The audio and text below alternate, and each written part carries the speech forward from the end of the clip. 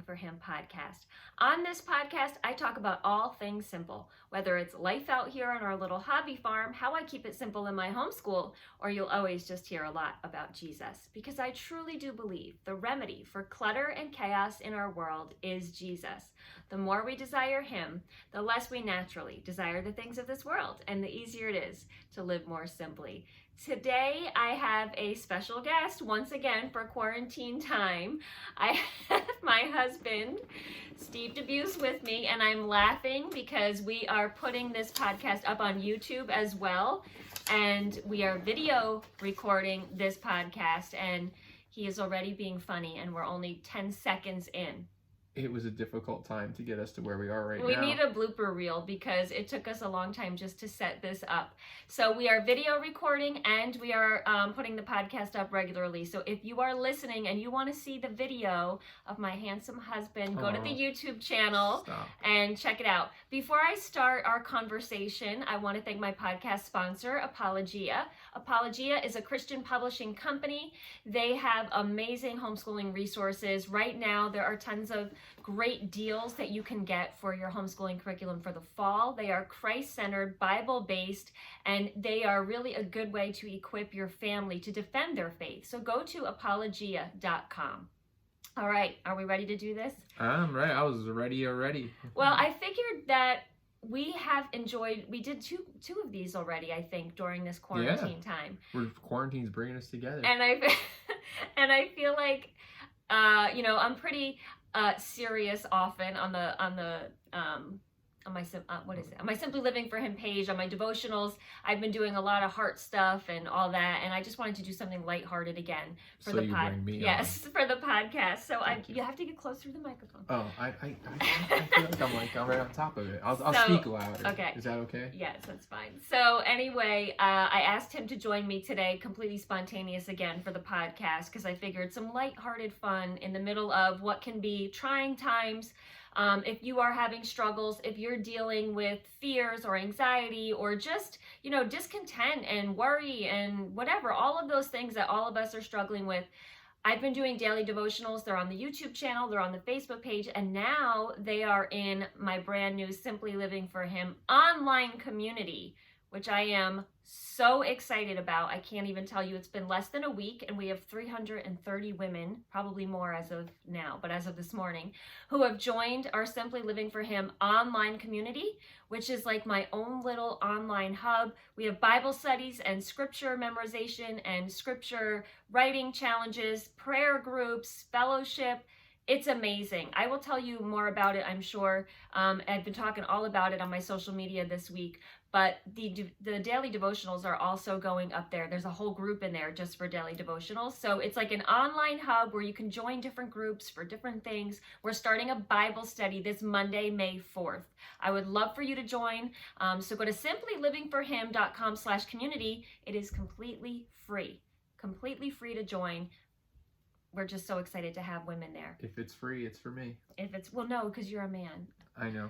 It's only for women. That's literally the only. You let me test it, and then once I kicked him out. And then she booted me out the door. I let him join the community before women joined the community so that we could test it out. And then as soon as it was up and running, I kicked him out because it's just for women. That's the only stipulation, is you have to be a woman and you want to know more about Jesus. It was like you were having women over the house.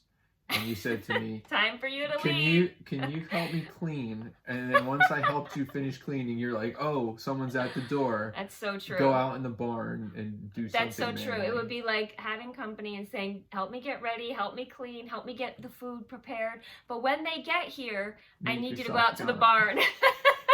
That's what it was. No, I'm still exiled, never to come back. Well, it's just for women. So anyway, okay. I just wanted to say as well about the Simply Living for Him community. It is such a positive and happy, relaxing, peaceful place. That's what everybody is saying. They're loving that it's not part of Facebook or any other social media, and you can come there and just get rid of all of those distractions, and kind of there's a lot of negativity going on and division out there, and so it's just a place to come and be encouraged. It's God honoring. Everybody is so positive and encouraging, so I would love for you to check it out. Come and join us. Just check it out if you want. simplylivingforhim.com/community. All right. I have to say just too how encouraging and exciting it's been to see the spark of the idea from maybe the last time we spoke, and I said, "Oh, you have no hobbies," and you were like, "But this is my hobby." That's right. And you said to me, I think it was that night, you were like, "I want to do this thing, this community thing," and I was like, "All right, go ahead." That's so true. I talked about that today. That was only like, what, 2 weeks ago, maybe? I have to say, I think the whole idea maybe was 2 or 3 weeks ago. I don't remember. I lose track of time in this quarantine. But that's so funny because I talked about this on my Facebook Live today. That Steve and I, the last time we did a podcast, we talked about we did question and answers, and one of them was, do we have any hobbies? And I was so sad afterwards because I was like, I don't have any hobbies. Like, I don't know. I kept saying that what I love to do, I don't know, encourage people, reach people, read the Bible. Like, those are the things that light my fire and that I get excited about. And then shortly after that is when I was like, I just had this idea to put together just like one stop place for all things Simply Living for Him. Not a little bit on Facebook, a little bit on the blog, a little bit on Instagram. I just wanted like one place to do it all. And so we built this online community. We're using an amazing platform that even has an app. So it's so easy to use and accessible. But it's so true. I had this little idea and I said to him, I have an idea. And I do this a lot. I get ideas. I'm definitely a visionary. I get ideas, but they're not always good ones. But I'm like, I have this idea. Can you help me figure it out? And we hashed it out and I looked for platforms and found this one, and literally like 2 or 3 weeks ago. And honestly, when I say I don't have hobbies, and I don't want to say that like ministry is my hobby, but this is the thing I love to spend my time on. If I have downtime, I'm working on the community. If I have downtime, I'm writing the Bible study. If I have downtime, I'm thinking, how else can I reach people? Like, that is what I love to do. And so many people in there are like, oh, thank you for your time and sacrifice. And I'm like, this isn't a sacrifice. I like love to do this. Yeah. I found the thing that like. So you have a hobby now. Lights my fire, I guess, but I don't know. I don't feel like it's a hobby. But yeah, so that's the thing that I like to do. So go over and join the community. And Steve will laugh because every time I turned the volume off on my computer for this podcast, but every time somebody requests to join, it makes a little ding. It literally sounds like my doorbell is ringing. That's the doorbell for me to leave. So I'm always like, oh, there's my doorbell. Somebody's joining. So 330 something times we've had the doorbell ring all day long, and I love it. Every time it rings, I get excited. Great. Okay, so that's enough about that. We are going to do this podcast, like I said, lighthearted fun. I have no idea what Steve has up his sleeve because we're very spontaneous. I was like, let's just do this. Here's the topic. And yeah, so the caveat to that is that she asked me, oh, do you want to be on the podcast? Sure. What do you want to talk about? I don't know. It's your podcast. And then she said, oh, we're going to talk about this. So come up with 3 things and we'll do it in a little while. So I only had a couple minutes to prepare. We're just very spontaneous. I don't have anything hardly prepared. You keep trying to sneak a peek at my Post-its on my leg. He has his Post-its and I have mine. We are so formal. So listen, is it May? Tomorrow is May. This podcast will be up May 1st. On May the 13th, we will be married 20 years. And we were supposed to be away for Teach Them Diligently in Denver the week after our anniversary, and we were going to celebrate because it's 20 years. We got married in the year 2000.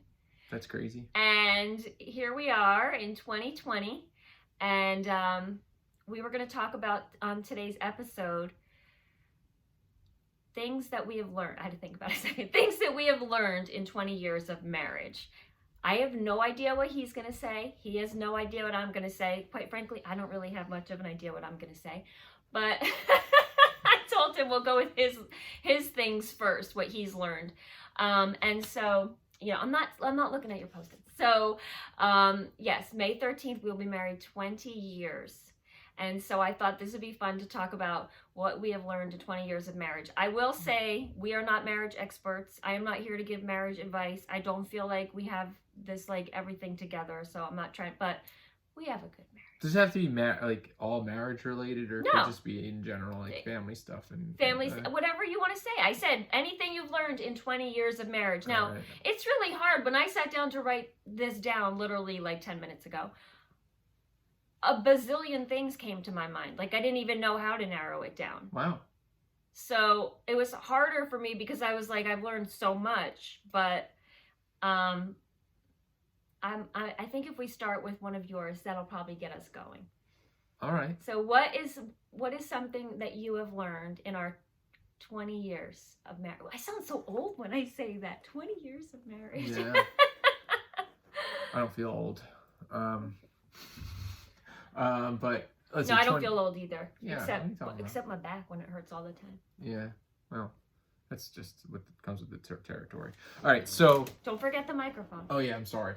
So 20 years of marriage. So I guess we'll just start with the easy one, and that would be something that we learned early on, and that was that we have to trust God for every single thing and trust his plan and not look at where the situation we're in, but that God has a bigger plan, and that when we get on the outside of like a part of our life that we seem like, oh, this is going to be awful, or this is awful right now, when we look at it on the end of it, when we come out of it, we look back on it and we're like, oh my gosh, that wasn't that bad, and there was this purpose and that purpose. So again, just the example of that was when we first got married, and I lost my job, a couple times. And we have plenty. I have a podcast episode all about our experience with 3 job losses. Yeah. So, I mean, that's something that we've talked about. Yeah, we've talked about it before. Times. But if you're new to the podcast, you can find that in the archives. But that's one thing that we've learned. So that just carries, like, good thing we learned that early on, right? Because and there's other things that we dealt with going on in our marriage, and that we were like, oh, all right, we have to trust here. We have to trust there. He lost his job in our first year of marriage. We got married literally right out of college. Like, he'd missed his graduation because we were on our honeymoon. Yeah, I had said I was we were getting married, and I was going to walk for graduation in the same week. And I said, I'm only walking down one aisle, and that was to get married. And I didn't want to. Is that so romantic? I had graduated back in January. We got married in May. I graduated in January. I did not walk either, but for us, it was not a big deal. But what was I going to say? I just lost my train of thought with that. Oh, he lost his job right away. Like the first year we were married, and I was pregnant because we got married in May and I got pregnant in July with my daughter Grace. And so then he lost his job in January. I mean, talk about all the life changes that you can have, like major life changes, get married, have a baby, and lose a job. Those are like major life changes, and we had them all happen to us at once. But it's true. Having that happen in that first year really set us up to deal with things so much better later on. And even now, I would say, like, in this whole kind of tension time where there's always worry, like with everything going on with the economy now, and are we going to be okay? Because we've been through so much with job loss, hey, we know that God always has a greater plan. Mm-hmm. Do you want me to do another one? Because I'm just thinking of them now. Go ahead.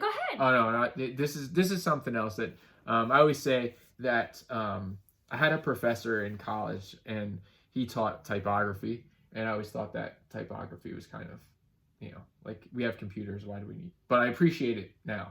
But the one thing I always say that I took from his class had nothing to do with typography, and that was that don't always wait for the perfect time to do something. And his example was, like, he was an older guy, and he always said that, like, oh, I'm gonna, he told his wife, I'm gonna have a baby when we own a house. I'm gonna have a baby when we have X amount of dollars, and that time would never come, and he would always put like something else in, and he was always waiting for the perfect time, and that was like a thing. It's like, so don't always put things off. You have to, again, that goes back to trusting God, right? Like, you have to say, like, oh, I'm not gonna, wait, like, in my time when I think it's perfect to do something. I'm gonna step out in faith and say, I'm gonna trust God that he is gonna handle this, and I'm gonna step out in faith and do it. Right, and I completely agree. If you're trusting God, then you can be assured that it's always the perfect time. Right? If you're trusting God and you're letting God lead you,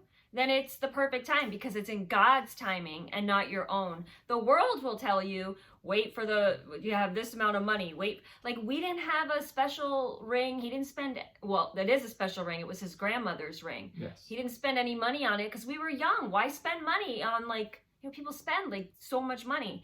And we were like, we want to get married. We've got a ring. Let's do it. I would even go back in time if I could and make things a little simpler with our wedding. But our wedding was very special. But we got married, and I remember I was like, I'm ready to be a mom. All I ever wanted to do was be a mom and a stay-at-home mom. And we were right out of college, and here I was, newly married, and we got pregnant right away. And I remember it was just like almost, weird because we were young. Don't you want to live your life first? And we were like, no, I feel like this is living our life. This is what I want to do, have babies. And, I quit my job before I had the baby, knowing I was going to be a stay-at-home mom. And we just trusted. I just knew that was what I wanted to do. We were young. He had his very first real job and then lost it while I was pregnant, right? I mean, what a faith journey that was for us, because young, newly married, and I'm not trying to make this sound like we were so irresponsible, because we really trusted that God would provide, and he did. He always provided work when Steve was out of work. We were living by the grace of God. Looking back at that, our first year of marriage, we were actually living in the house I grew up in. My parents had bought a house and they moved out, and they said, you could pay us rent while you save your money, and you can stay in the house until you're ready to buy a house. Thank God we were living there. And yep. When he got laid off, because I didn't have this landlord to answer to, I had my parents, and so they were a little forgiving, and so we had been paying them rent, and not very much rent, and it was just so wonderful that God truly provided, and I wouldn't do things different in a million years, because we learned so much that through that whole thing. Our faith really, that was really the beginning of a lot of our faith journey that first year, and getting closer to God, and always realizing that we had to seek him first. And so when we say that, don't wait until you're ready, it's not to say that you shouldn't be responsible, but there's a big difference when you are actively seeking God in your decisions first, and you're trusting God. Like, I knew that I did not want to have a job and have a baby and wait. I wanted to be home with my baby, and I trusted that God would honor that decision. And so I don't want it just to sound like, just throw caution to the wind and do whatever you want, whether you're prepared or not. But it's really a faith journey with God at the center, which would obviously bring us to probably one we both wrote down. I think the number one thing we've probably learned in our marriage is to keep God at the center. Yes. Right. I mean, obviously it's everything we do is always goes back to, with God at the center. I didn't write that one down. I just figured it was a gimme. But I'm saying we would both agree, right? That is probably the number one thing that we have definitely learned. And there's been times where, you kind of stray and you put yourself first and you think about all your wants and desires, but we always go back to putting God at the center and trusting him and knowing that he will lead the way. All right, so what are some of your other ones? Wait, I gave the first one. Oh, but you said you had another one. You tried to get. All right, I got a good one. This isn't like some great life lesson. This isn't like some big spiritual lesson, but it's a practical lesson, and I believe Steve will probably turn it into a spiritual lesson or something. Always spend money on the good thing that will last. Oh. Okay, so for instance, that I was going through vacuum cleaners at one time, like every year, because I'm like, we just got to spend the cheapest amount and just get a vacuum cleaner, and then it would break, and then we'd buy another one, and he'd be like, buy the expensive one because it will last, and I would be like, no, we can't buy the expensive one because we need to buy the cheap one. Yeah, we probably bought 3 we probably bought 5 expensive ones. Yeah, we bought 5 expensive ones and cheap ones. Or like our washer and dryer would break. And I'd be like, just go to Lowe's and get the cheapest one because I need a washer and a dryer right now. We don't have any extra money. And then, it breaks in 3 years and you're buying another one. And he always says, I'd rather spend more on something that will last than just be cheap. And over the years, he's taught me that, and I have learned that is the way to go. And it still is hard for me to let you buy the expensive thing. I mean, it's not in everything. No, believe me, we are not luxurious. Let's face it. I mean, a generic. But we're pretty cheap on many things.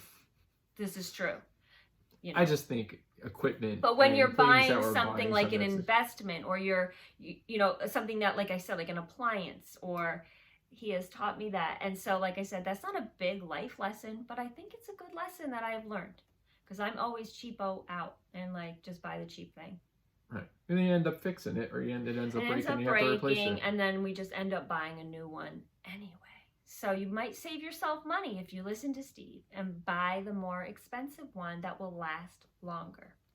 There you go. Okay, so now it's your turn. That was the easy one. I thought you turned that into one. some kind of like lesson. I don't know. That's a good one. I don't know. What's Make the eternal lesson? investments in heaven. That's. I mean, well, now you gave me 15 minutes to write 3, and now you want me to improvise on yours. Doesn't work. All right, go ahead. All right. Let's see. So this is more of I'm sorry. This is more of a like family one, and it's kind of something I've tried to adapt for myself. So I wrote it down quickly, so it might need a little massaging, but understand and identify your shortcomings and be open with your kids about them, and encourage them not to let those shortcomings become them, and to identify your shortcomings and try to change them so that you could be a good example to them. All right, let's give us an example, because you just lost me a little halfway through. Just give me a practical example. So, like, I'm going to say, I don't know. Like, I identify, like, as me as a person, identified things, just say, like, that my dad did growing up. Then I was like, I don't want to do that. Like, my dad smoked. Mm-hmm. And I like, took a stand, and he didn't do that. But I myself said, I'm going to change that for my kids. Like, right. that, I'm not going to make that something that's normal in my family. And I would say our kids don't even think about smoking, mm-hmm. right? Because that's not something in our family that we do. Right. Or like swearing. Right. Like, we don't do that in our family at all, right. ever. Right. So that's not something that I think they would do. So that small change. You change the trajectory. Right. Like, I've taken something out of our life that was a negative thing and was able to change it. So that's something going forward that they don't have to work on. Hopefully they don't have to work on changing. It's just something that's normal for them. Right. So, and when I say, like, help identify, so, like, my shortcoming, I would say maybe I don't listen as good as I should in our relationship, in our marriage. It's because you have such tiny ears. So this is just an aside. We talked about this on the podcast, how I feel like Steve doesn't listen, but we also think that's like a man thing, that they just hear differently. But the other day we were laughing, the kids were laughing, because Steve has abnormally small ears. So now that we're on video, and they're so cute tucked into your hat. Thank you. So then the other day, as a joke, the kids were like, I know why you always say Daddy doesn't listen. It's because he has really small ears. All right, go on. So I don't listen, or you don't listen. Yeah. So that's like one thing that I would say, like, I need to work on, right? So going forward, when they get married, that would be something I would try to emphasize to them, is like, listen, I made some mistakes and I did this wrong, and it may have hurt your mother's feelings at times, and she might not have felt listened to, and don't do that to your wife. See how it had negative effects on me, and change that for you. Mm-hmm. And that changes, they change that in them, which in turn changes it for their... And for generations and generations and generations. That's good. So that's just something that I think, like... Well, that's really good, because you're not thinking about just the here and now. You're thinking about the generations that we affect. I mean, if I could chip away something on that thing that they don't have to think about, that becomes normal to them, then that's not something that they have to think about changing for them, and gives them something else to focus on, mm-hmm. that they can improve themselves. That's a good one. Thanks. It's like a piece of marble. You chip it away until it becomes a beautiful sculpture. So that's the chip away for them. That's good. That's a good one. What else do you got? I told him to do this, and I'm going to give you... I just feel like there's so many lessons. I almost don't know how to narrow it down. Like, I mean, I could just name a lot. I mean, there's good, like, there's big ones. All right, go ahead. You name one, and maybe I can help you expand on it. Because if I give you one more, then that's all I have. You said 3, and I've given you like 3 already. I added 1 in. I should have made this a competition. You would have lost. I know, but then I know that you would have. I would have won. I wouldn't have to go on. I could have sat here and twiddled my thumbs and looked at you. All right, so I didn't write very many down. I just assumed that this is something that I've learned, not in 20 years of marriage, that I just learned about myself. I do speaking and videos, and this is part of what I do, and I do it all off the cuff. I am not good planned. When I go speak at conventions, I don't have a speech. I have notes, but I don't look at them. I have my slides. Everything is always off the cuff. If I have to do something planned, to me, I don't know, it's hard. So I just assume, well, we'll get on here and we'll just talk, and I'll just go with the flow. Go, Flo. So I've learned about myself, I do better when it's not planned, but hey, I like to be real. I like to just be me. I think you're skirting not giving us something we've learned. He's calling me out. Always listen to your husband. No. You know what's something that I wouldn't say that I've learned? Well, it is something I've learned, but I want to share this with you guys. Steve's grandmother and grandfather, I think about this all the time. Here's a really good marriage. If we're going to give marriage advice, it's not mine. It's from Steve's grandma. She was married 75 years to her husband. He died when he was 102. She is 98. She is still living. They were married a week shy of their 75th wedding anniversary, and they had a beautiful marriage. And she told me one day, I remember clear as day, sitting with her at the kitchen table at your mom's, and she was just like, people ask me why, we're married so long, and this was before he passed away. And she said, this one always stuck with me. She said a couple of things that she would advise anybody on a long marriage. And she said, and I think I've told you this, always make your husband feel, as she said, like this. If you're watching on video, I'm showing you what she said, a little more, a little more than he is. And that sounds almost like, huh? Like, elevate him a little more. And we don't hear anything like that in this day and age. It's always like, oh, the husband, I don't know. I think in our society, it's always like the husband, for some reason, is supposed to make the wife feel so, elevated. And it's always like, fight for your own feelings and your way and all that. And this was so contrary to that when she was like, you know what? If you're making him feel a little more and you make him feel a little better about himself, she kind of just said it bluntly, like, even if he's not good in this aspect of whatever it is, just make him feel a little more.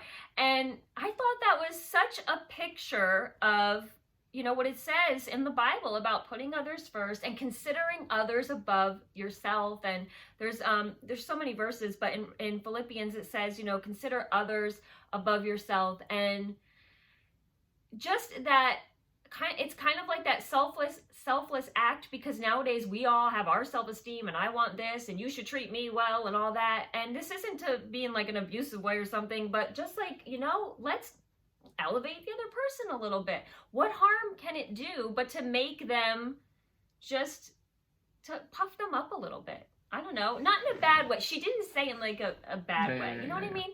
Just in a way that always stopped and made me think. And she also said, and I know people hear this all the time, and again, not to be in I'm like a doormat, because your grandmother is not a doormat. She speaks her mind. But she also said there's times when you need to just be quiet. And there's no reason to argue about it, and just let it go. And again, not in a way where you shouldn't, stand up for yourself if you're being abused or anything like that. But there is a time to shut it, right? Where it just is like, is this a hill I'm willing to die on? If I want to have peace in my home, do I really need to be right every single time?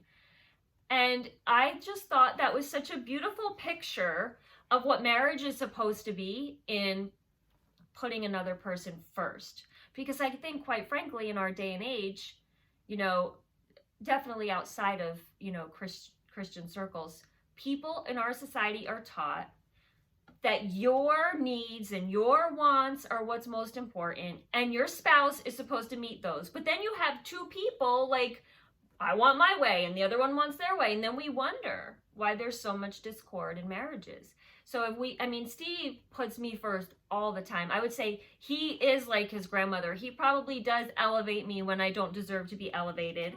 And he probably many times I know he does many times keep his mouth shut when he could say more. And just the mere fact that he literally brings me my coffee every single morning, that's like the biggest thing in the world to me. He literally brings me my coffee every single morning. Like, he just does these tiny little things. He doesn't have to do like spend money on anything or buy. I don't need anything. He doesn't have to buy me anything. He doesn't have to do anything grand. It's just like doing the littlest things to really live out what the Bible says about putting others first and considering others' needs before your own. And I think when you talk like that in today's world, people are like, oh, you're just wanting to be a doormat, or oh, that's an open door to abuse or whatever. But it's not, because if you're both doing it, there's nothing abusive and there's no doormats, because you're both respecting each other and you're both considering each other's needs before your own. How was that for unplanned? That was good. See, I work better unplanned. But, so I really learned that, and I'm still learning this. And sometimes I hear grandma in my head say, like, Karen, shut it. Because sometimes I feel like I want to just, and I do have that weakness where I just want to be heard. I want to prove my point. And we probably argue about that more than anything. Like, can we just drop it? I mean, both of us sometimes carry it on, I would say. Probably me more than you. But sometimes it's like, is this really necessary? And I've actually caught myself a lot more lately, especially in quarantine time, when we're all home together, doing just that, being like, do you really need to vocalize every little thing that annoys you? Because I struggle with that. I feel like I need to vocalize. Stop biting your nails. Oh. Stop tapping your foot. And I know it's not okay to do that. And I keep hitting the microphone. And I do realize that is just nonsense, and that is not considering the other one above themselves. So I am working on that. But I think if there's anything I've learned in quarantine time, like I know I hear families are like going nuts because, it's hard to be together all the time. Like, we all wanted family time, but I think a lot of people are like, well, not this much, right? Because we're just not used to it. But I don't feel like we've had discord being all together. But I also feel like it's helped me to really hold my tongue and to really realize that, everything isn't all about me not being annoyed or me being comfortable or whatever it is. And that would bring me to my other thing that I wrote down, which is, You're doubling up. No, this is my last one because I only wrote 2 down.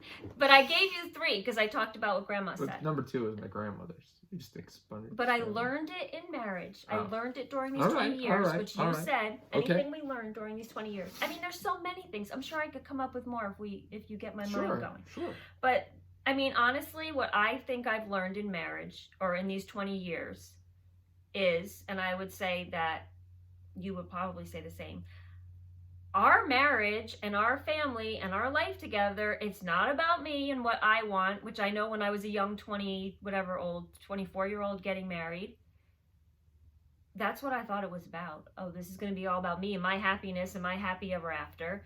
And it's not about you and what you want. And I don't know what you were thinking about as a young 20-whatever-year-old. But it's all about what God wants for our family. It's all about what he has wanted. When I look back at the 20 years, our marriage looks nothing like I think I thought it would, but it's 100 million times better. It doesn't have any of the things that I thought in my grand scheme. It's above what I expected, really. But a lot of that has to do with surrendering to God's plans and surrendering to what God wants. And so, marriage is not just surrendering to your spouse. It's really surrendering to God together. It's not about what I want. It's not about what he wants. It's what God wants for our family.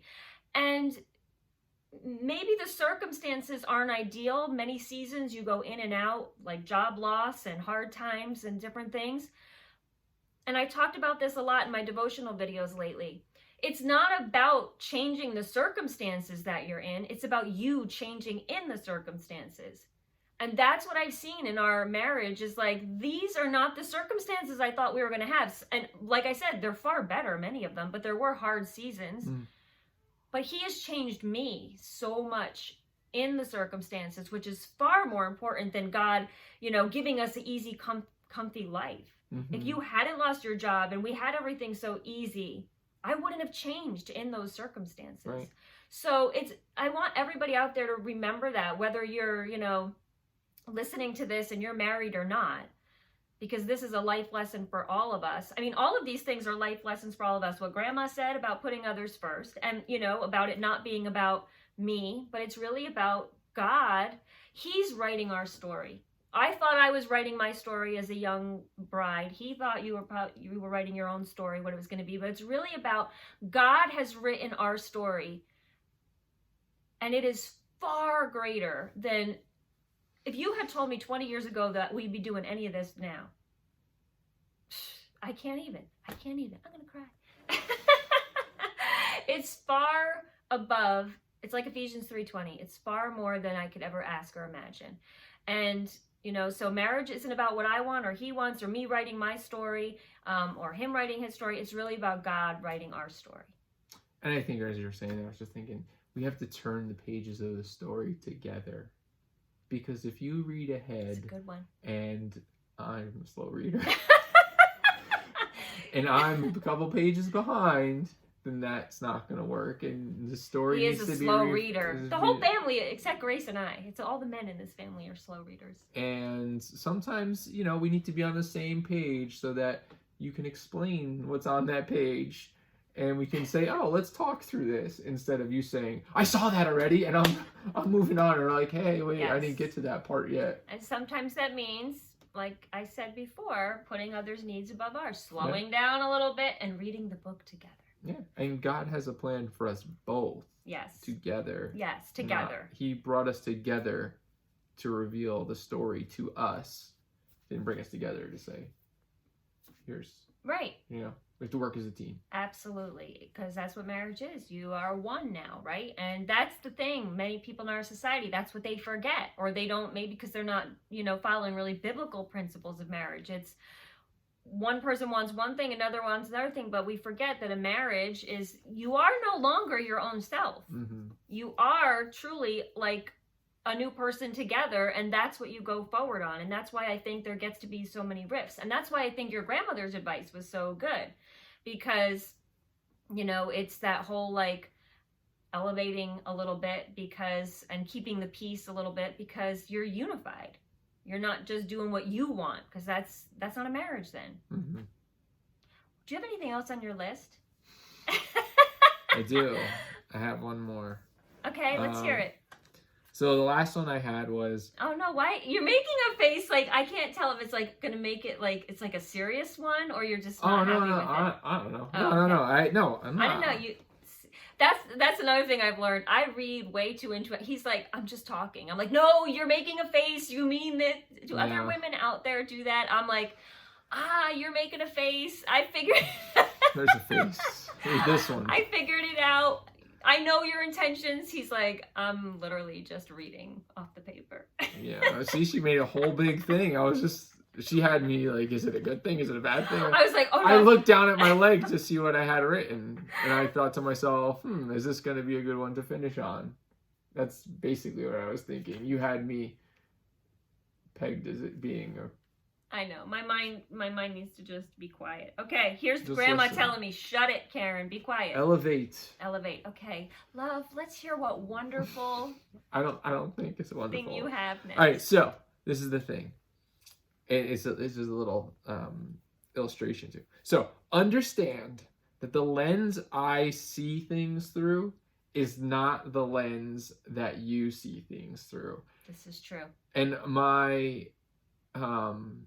so, not lenses like rose-colored glasses I was thinking for us.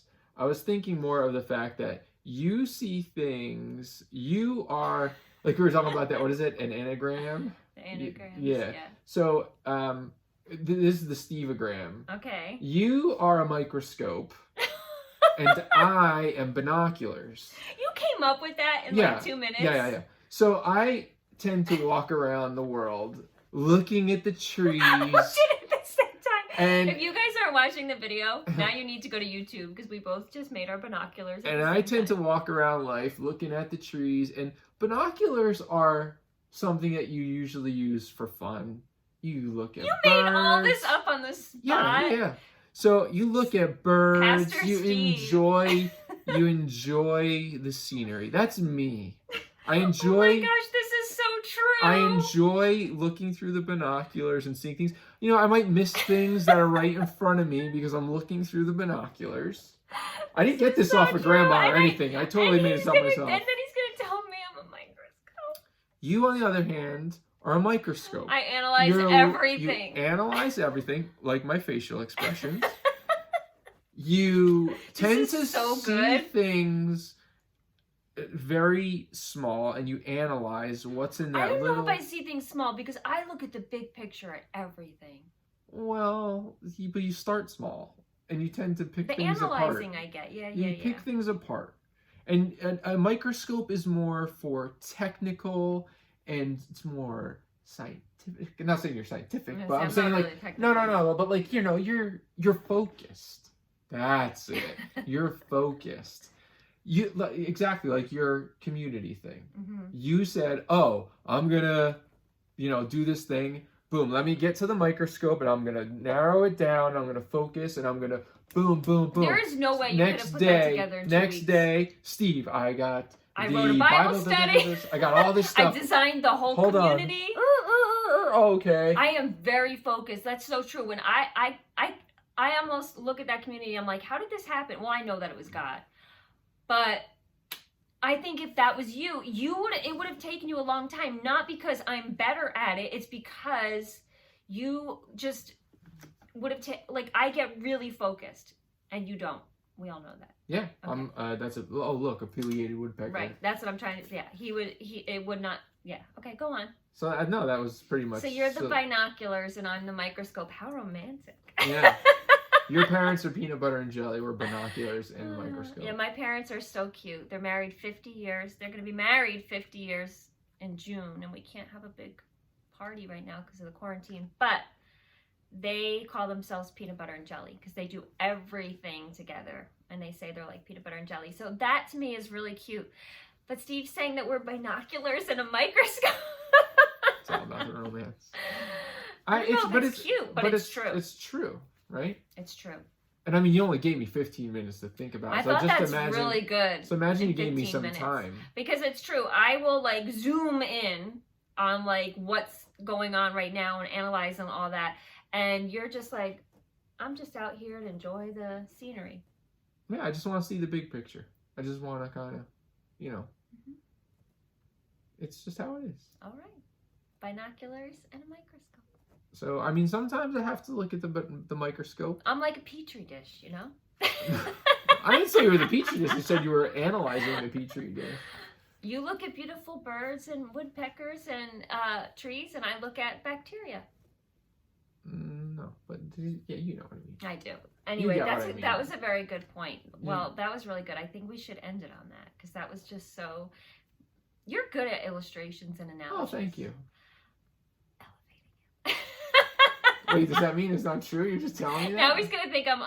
No, and your grandmother, I want to clarify. What does that face you're making mean? I'm not. Oh, stop. And when she said, elevate, it's not even in a way to make it make him better than he is.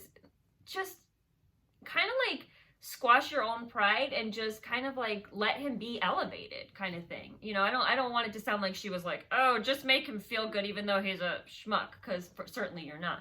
But she wasn't saying lie. Yeah. Just you know what?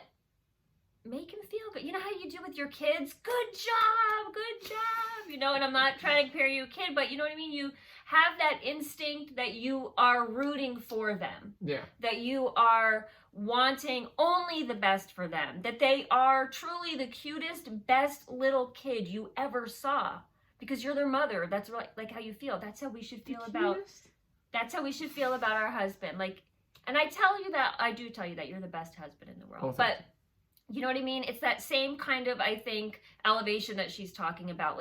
Root for them. Mm-hmm. And, make them feel like you're cheering them on. And put aside your own, whatever, selfish stuff sometimes. And just make them feel a little bit bigger than life. Wow. So those are some of the things we've learned in 20 years of marriage. I know there are many, There's probably many plenty more. more if you gave us a little more We than could 20 do a minutes. part 2, but this I think was good, just to, again, lighthearted fun during this time. I've been talking about, I feel like, a lot of serious stuff every day on my daily devotionals, and so I wanted the podcast to just be something where you didn't have to think about anything too deep, right? And just get some wisdom and hear some fun stuff, and maybe just look at marriage in a different way, whether you've been married for 50 years if you're listening, or you just got married, or you're not married at all. I think there's life lessons here for all of us, no matter what age and stage of life you're in.